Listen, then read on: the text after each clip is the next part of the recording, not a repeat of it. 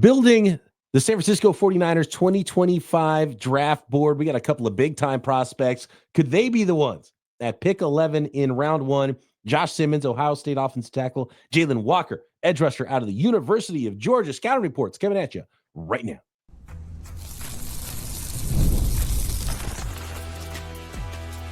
You are Locked On 49ers, your daily San Francisco 49ers podcast, part of the Locked On Podcast Network, your team every day. Welcome to Locked On 49ers. Brian Peacock and Eric Crocker at BD Peacock at Crocky209. Thanks, everybody, for making us your first listen on the Locked On Podcast Network, your team every day. Love and appreciate all the everydayers out there. We see you. We feel you. Make sure you let us know you stop by. Hit that thumbs up button if you're on YouTube. Of course, subscribe on YouTube or anywhere you listen to these podcasts. And today's episode of Locked On 49ers is brought to you by Prize Picks. Go to prizepicks.com/LockedOnNFL and use code, all lowercase, LockedOnNFL to win $50 instantly when you play $5.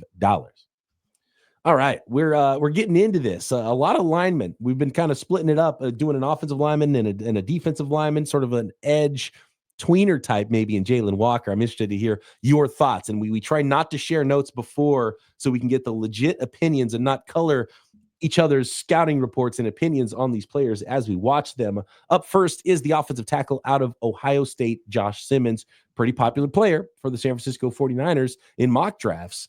Croc, what did you see when you put on the tape of the Ohio State redshirt junior? I think the thing that jumped out right away was just how athletic he was. He was a very fluid mover in space. And right away I said, oh, that's something that the 49ers would like. Like everything looked easy. I watched him get out on screens. It looked so natural.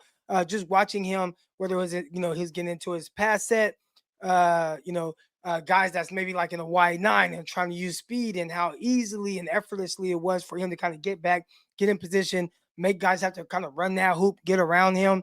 But he was a terrific athlete. Watching him work in the run game to get to the next level, that was something that I thought he did at a very high level. So very fluid, very good mover, which probably I'd say I like the Campbell kid, but I think that Josh Simmons, he seems like the best mover out of the guys that we've watched so far. And there are some players like, some of these linemen we've watched, and it's like, looks a little bit more like a guard. This guy looked like a tackle. And he, from an athletic standpoint, not as like beastie, maybe not as like physically dominating, but man, he moved a little bit like Trent Williams a little bit. He had that number 71 on, had some swag to him.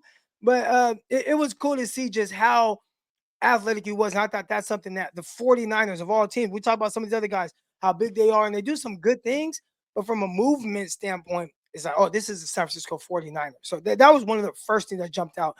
In the run game, I thought he was terrific. Now, he wasn't overpowering guys, but he's so quick and athletic. He did a great job of getting in position just to wall guys off. So if they want to run right off of his butt, boom, he's in position. He's walling a guy off, and it creates a run lane. I thought he did that well.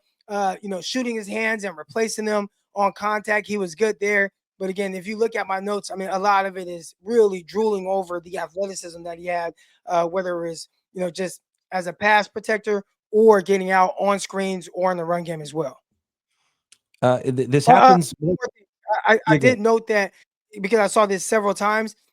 There were times where he had a tendency to lunge and get a little top heavy. So if there's one thing that I thought was like, it popped up a few times. You watch 3 games of someone and you see it pop up about, 3-4 times, like you can make note of it, but on a down and down basis, it didn't look like, coordination, balance was an issue of his. This happens, Croc, more times than not.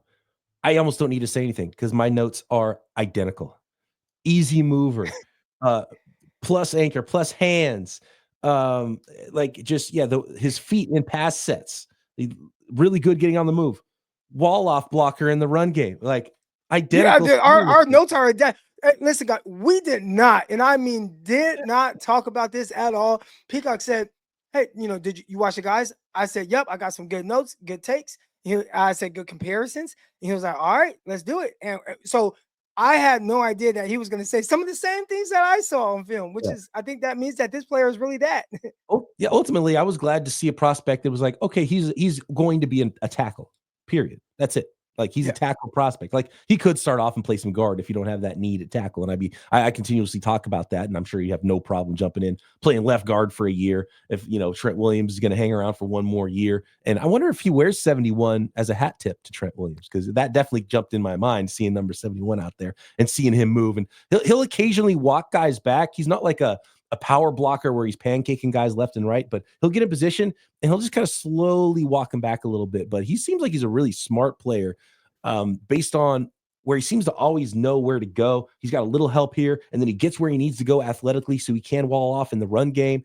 So I love seeing that. But yeah, it's the pass pro. He's listed 6'5", 310. We'll see how big he is at the combine.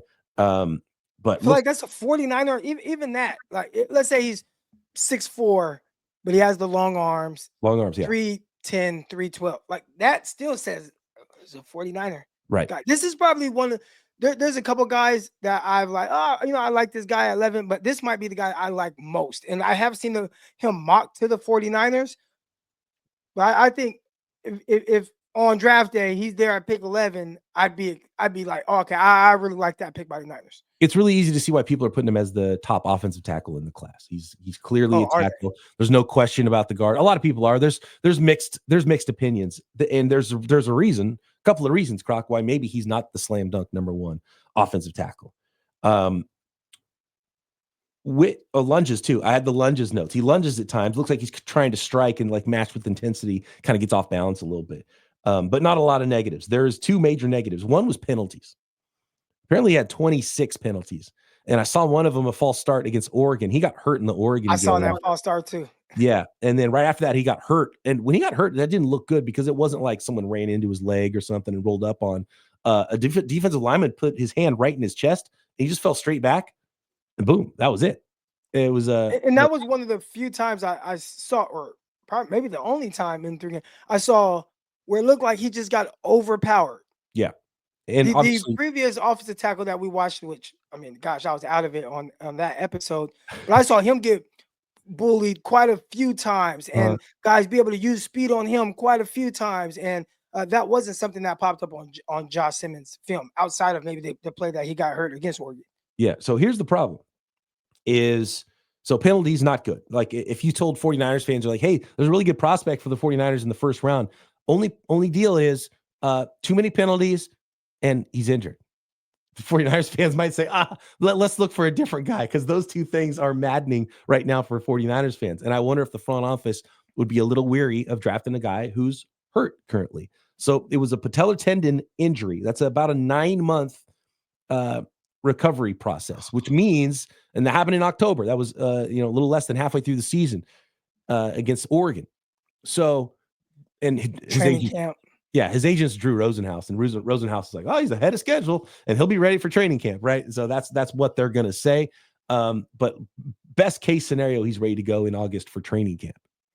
That's a little dicey for a team that has dealt with so many injuries. Are they going to bank on just the tape from those few games? Because here's the thing, Croc, is, and I don't know which games you watched, but it was kind of a cupcake schedule. Like Akron,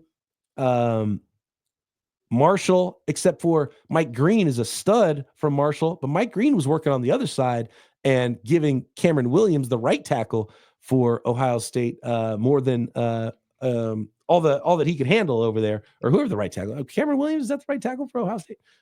Anyway, he was not up against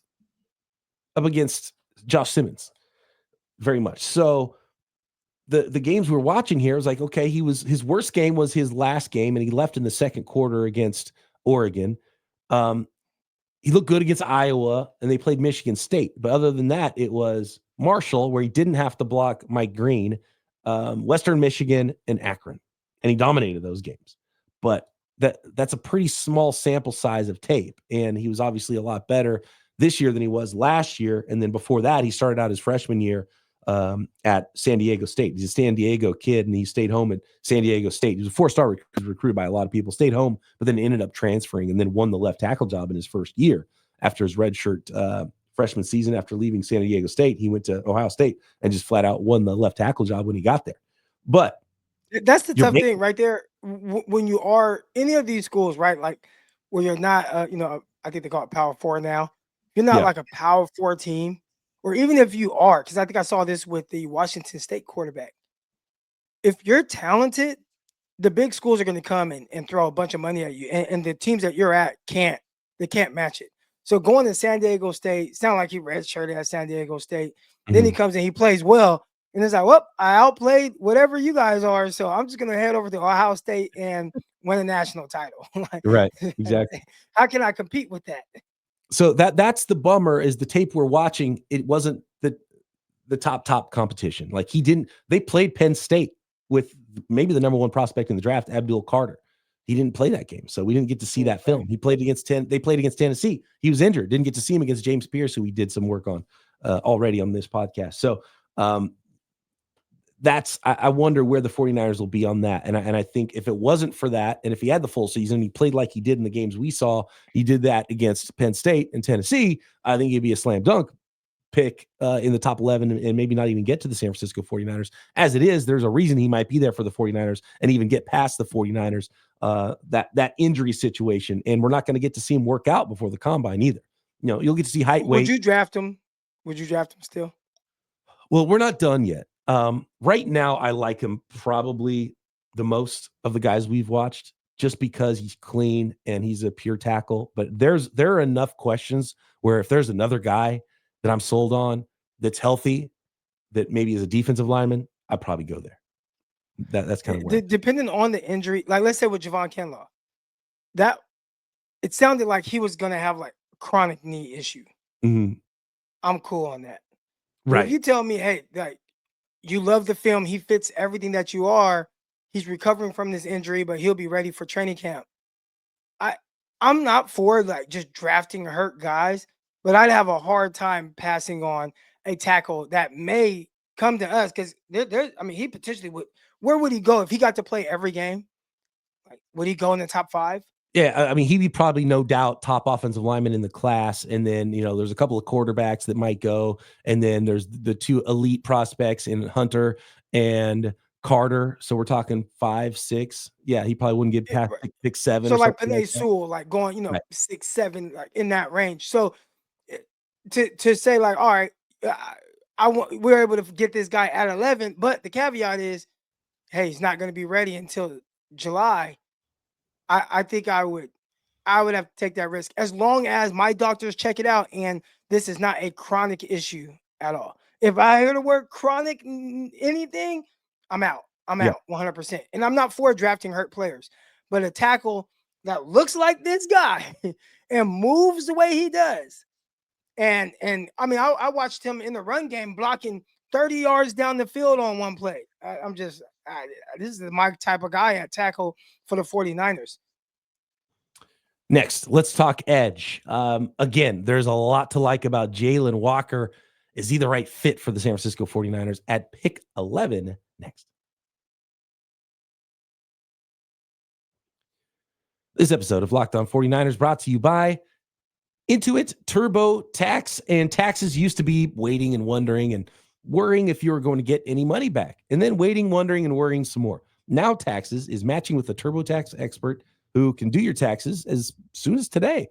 An expert who gives your taxes their undivided attention as they work on your return, while you get real-time updates on their progress so you can focus on your day. An expert who will find every deduction possible, file every form, every investment, everything with 100% accuracy. Also, you can get the most money back, guaranteed. No waiting, no wondering, no worries. Now this is taxes. So get an expert now on TurboTax.com.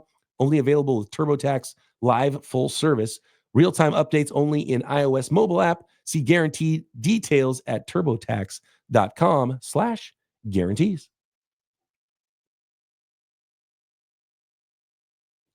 We're having a rough week, Croc. Let's see if if I can hold on and not lose my voice in this podcast. A little under the weather. Croc's feeling a little under the weather yesterday as well, last couple of days. So we're getting through it though. We're getting through this. Let's talk Jaylen Walker, edge rusher out of the University of Georgia. By the way, Josh Simmons listed 6'5", 310. Jaylen Walker listed 6'2", 245. I don't like the 6'2", but when I see him on the field, he plays a little bigger than that. He's got a frame. He's got long arms. 245 is pretty big for a 6'2" guy. Is he over 6'2"? Is he pushing 6'3"? Reports that he has 34-inch arm length. Like, I'm okay with that. Can he get to 250? Because I'm not looking at him in an off-ball backer role. I'm looking at him purely as an edge guy. Well, I like that you started with that. Watching his film, and it's not just because of the number, but is it? Do they want him to be Micah Parsons? Right, Exactly. like that's what it reminded me of. And if you didn't watch Micah Parsons at Penn State, I mean, just watch him his rookie year with the Dallas Cowboys. They did a lot of off-ball stuff with him, and they did some pass rush stuff with him as well. So, watching Walker, you had to find him on every play. Like, where is he lined up at? Is he at kind of a stacked linebacker position? Is he at edge rusher? Is he a stand-up outside linebacker type guy, right? And he lined up in a bunch of different places. It almost felt like he was, that the person who does a lot of things well, but not one thing great, or the one thing that I felt like he did great. How much do you value that? And I thought, just as a strong side, like if you want to run like a 4-3, and he's a strong side backer. He's stout versus the run. He's going to hold up on contact. He got those big hands, long arms. He's able to disengage from blocks. He's going to get in on tackles. He is very athletic. He can close very fast, but I wouldn't say that he was like Quay Walker, who was at Georgia a few years back, getting drafted in the first round to the Green Bay Packers. Like, it didn't look like that, but he does a lot of really good things. But I know he's like a quote unquote edge rusher. You have him listed as an edge here. And watching him, I didn't see like, oh, this is a terrific edge rusher. Now, I said maybe I'm going crazy here, taking crazy pills. So I did what I never do. I watched some highlights, and not like just like his best highlights, but I watched. It was like Jalon Walker highlights versus Texas, and it was just like basically his best plays from there. I'm like, man, I just watched the Texas game, and I feel like it didn't even look like this. Like, so there you're able to see, man, some strength, some bull rush ability. His ability to get to quarterbacks. He has a motor. He's getting sacks. He's picking up fumbles. He's doing all these things. But I felt like on a down-and-down basis, I didn't quite see that player. It just looked like a guy who I can make a play here and there, but I'm not causing a lot of pressure. I'm not forcing a lot of pressure to the offense every single play. And I expected to kind of see that. It's a little frustrating because of the scheme that Georgia runs, and the way they utilize their players is not the way that those same players are going to get utilized in the NFL. And we've seen that time and time again with some of those Georgia guys, with the exception of someone like Jalen Carter, who's just like, you're a DT all day, no matter where you are. But someone like Trayvon Walker, and you're like, okay, well, where does he fit? Because he shows these things. And Jaylen Walker, not related, by the way, to Trayvon. It's a similar type of deal. Like, a lot of times he's kind of just spying the quarterback, so he doesn't have an opportunity to make a play because he's kind of chilling out. And it's like, okay, now I'm gonna hit the blitz, and he's not running, so I'm gonna go after the quarterback. But he's really late. He's not just like straight up blitzing the quarterback.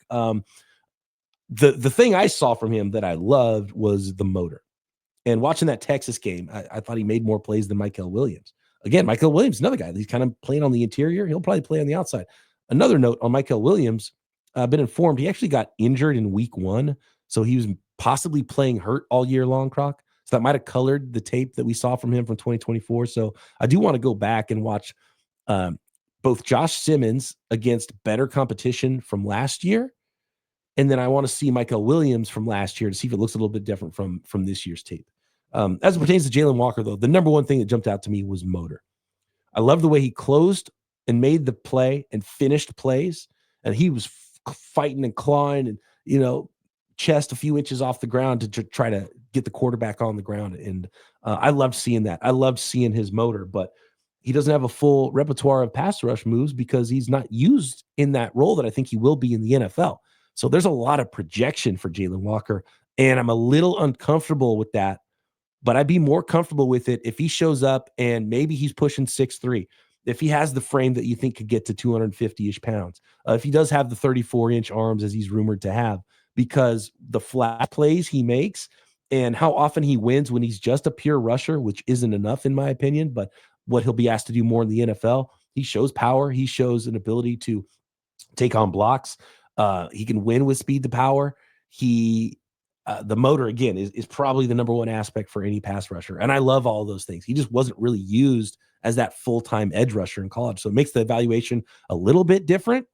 And so the combine is going to be important if he proves he's as athletic as he looks and hits all those size metrics that you would want to be a full-time edge, then I'd be okay with it at 11 because of what I think he can be. And apparently he's like, high marks in character and leadership and all those things. So I think he could be a fit, but unfortunately, he's just used differently at Georgia. And, there's also a chance that he's 6'2", 240 and just a little bit undersized for what the 49ers might want at 11.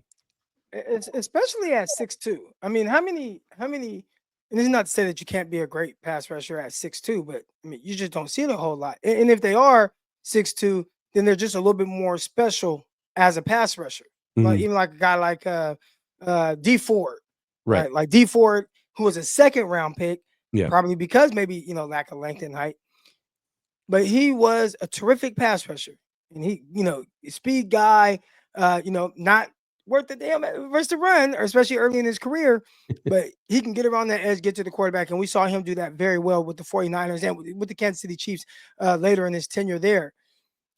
Is that what Walker is? And I'm not seeing that kind of prospect. I'm seeing a guy, again, he is very strong. He is stout. Is he that just super bend the edge guy in pass rush? Again, you don't see it consistently because of his usage. So I think there's a little projection with this pick, somewhat like taking Walker from Georgia, #1 overall, the Jacksonville Jaguars, and that may have been just a bulky special because he loved those really long, freakish arms on a freakish athlete. Is Jalon Walker that kind of athlete to intrigue guys to that extent, even though he's not the biggest of guys and doesn't have crazy production, and there is a little projection of what he would look like as a full-time pass rush type player?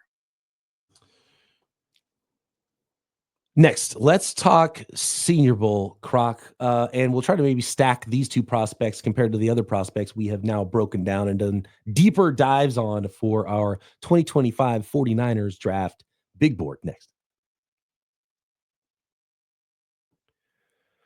This episode of Locked On 49ers brought to you by Game Time. Attending NFL playoff games is an unforgettable experience that brings fans together in really any playoff games. And, it's time for the big game now. And, those tickets are going to be on Game Time. But man, when I think about playoff atmosphere, I love going to baseball playoff games. I've been to so many Giants playoff games, and it's always fun. The atmosphere is just different. NBA playoff games, NFL playoff games, Major League Baseball playoff games. The college tournament is coming up. That's a vibe as well. Like you can find tickets at Game Time and go watch the tourney and have great, great fun. And Game Time has a new feature called Game Time Picks that makes getting tickets for events even easier. It filters out all the fluff to show you only incredible deals on great seats, so you don't have to waste time searching through thousands of tickets like you might if you're going to a big-time NFL football game. By the way, you can find tickets for not only sporting events, but concerts, comedy shows, theater events, whatever it is near you, find it and find phenomenal deals on last-minute tickets as well. So take the guesswork out of buying tickets with Game Time. Download the Game Time app, create an account, and use code LOCKEDONNFL for $20 off your first purchase. Terms apply. Again, create an account and redeem code LOCKEDONNFL for $20 off. Download Game Time today. Last minute tickets, lowest price guaranteed.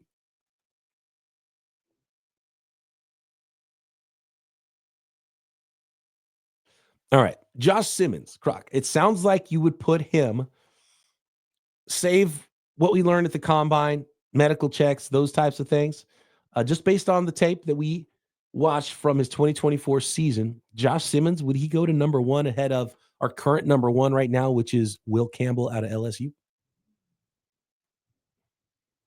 My bad, I was muted there, but yeah, definitely. He's easily, I think right now for me, easily the pick at 11. And I'm high on Campbell. But now that just gives me two guys that I'm really high on. And I feel like fit what the 49ers are looking for in their tackles. And I mean, that's the biggest gripe I hear from 49er fans. So I don't think they would be opposed to any of those guys. Now, again, the bigger issue is just the injury that Simmons is coming off of. But if you're just looking at the prospect, the player, it would be hard to find a cleaner prospect, at least with what I've seen so far on film. For just from a movement standpoint, from an execution standpoint, being able to move out in space, what it looks like with his pass protection. He anchors down very well. And again, really like Campbell, but yeah, I'm going Simmons first for sure. And I would be happy with that, even with the injury. We'll probably have to do some cluster buster episodes where we go deeper into the film and we really break down our big board as it comes to guys that are at similar positions, like the tackles or the tweener guards, and then do the edge rushers that are speed rushers. And then we're going to do some, Shamar Stewart we got to do pretty soon. Mike Green, very different body types there as potential pass rushers that could be first round picks. What about Jaylen Walker as compared to Mykel Williams, Walter Nolan, defensive tackle that we've looked at, and James Pierce, another tweener, outside backer, defensive end, speed rusher type? Where does Jaylen Walker match up with those defenders we've looked at so far in the 2025 draft process? Well, I know I like Walter Nolan more. And we have Senior Bowl listed there. I think he's having a really good Senior Bowl. So that's kind of confirming a lot of the things that we saw on film and what we really liked. And now this is a guy that, if I remember correctly, projected more second round pick, right? But I liked him more than one of the tackles or guards that we watched that was projected to go to 49ers at 11. So I think he is more potentially going to be first round guy. When does he go on the first? We'll see, or very high second round. But I'd start off with him. And I'm trying to think of who I would go after. So James Pierce would be probably the closest competition of a similar style of player where, he's a little taller, but 6'5", 240, lean. I don't think he shows as much motor and nastiness as Jaylen Walker, but I think he's got a better length profile, more of a pure edge profile than Jaylen Walker, and has had more production as just a actual edge player at Tennessee. Not as much speed to power as I would like from James Pierce, or he'd probably be my favorite guy because he does have speed off the edge, and I love the length. What about Walker versus Pierce for you right now? I feel like you might have to go with Pierce just because of just the frame he has, like the length he has, the athleticism. So a lot of the things that you would love to see out of Walker, like just from a physical standpoint, Pierce has those things. I think for both of them, I think Pierce, for me, flashed just a little bit more on defense. He was super active. I mean, again, I was very impressed with just the Tennessee defense and how they were getting after it. All the guys were really working hard to get to the ball. Sometimes it was hard to find Pierce because they have like a defensive lineman number 20, a defensive lineman number 25, a defensive lineman number 27. There's Pierce. Okay. There's a bunch of those numbers. There's a 122. Right. So they had like 4 guys with those numbers. But when you found them, you were like, oh, okay, that's Pierce. I thought he moved very well. Did not think that he was as large of a human as he is. So I think that's something that, excites me a little bit because now, hey, let's just put some, technique, give him more of a, hey, this is exactly what we're doing on defense. And he may fit a little easier. But at 6'2", I mean, Walker has a lot of traits to be a good football player. I just don't know if I would take that at 11 because of some of the limitations that he may have. Little risk and probably too much projection in the end for that spot is exciting. And, if you were running a 3-4 front, it'd probably be a little bit easier to be like, yeah, I know this is going to be in our front. And here's the other thing is if you're doing projections, well, Mykel Williams is 6'5", 270 with 35-inch arms. If you're going to go with a guy who's all projection, you might as well go with Mykel Williams and hope he's the next Aldon Smith too. So maybe Mykel Williams belongs ahead of Jaylen Walker as well.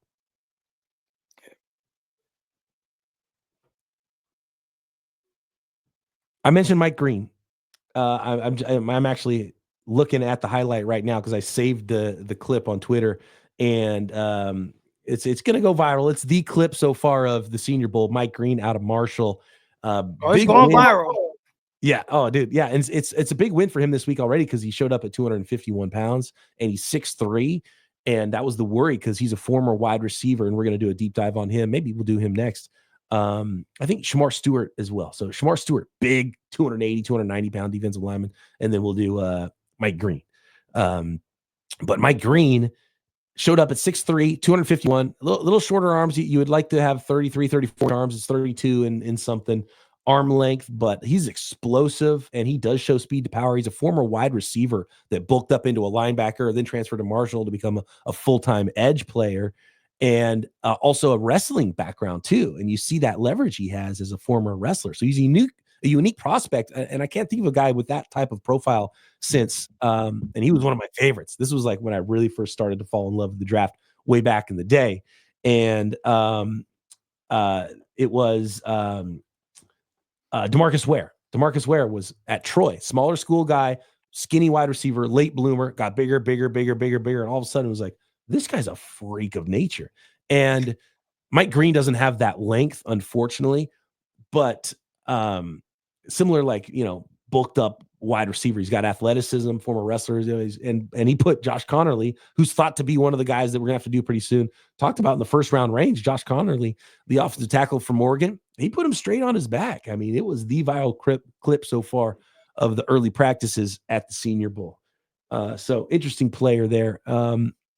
A lot of interesting players from the Senior Bowl. Just bully guy, and the big thing there is the speed to power that he showed. But it's definitely gone viral. I've seen it everywhere. I've seen it in every group chat that I'm on, whether it's Instagram or on our text chains that we have.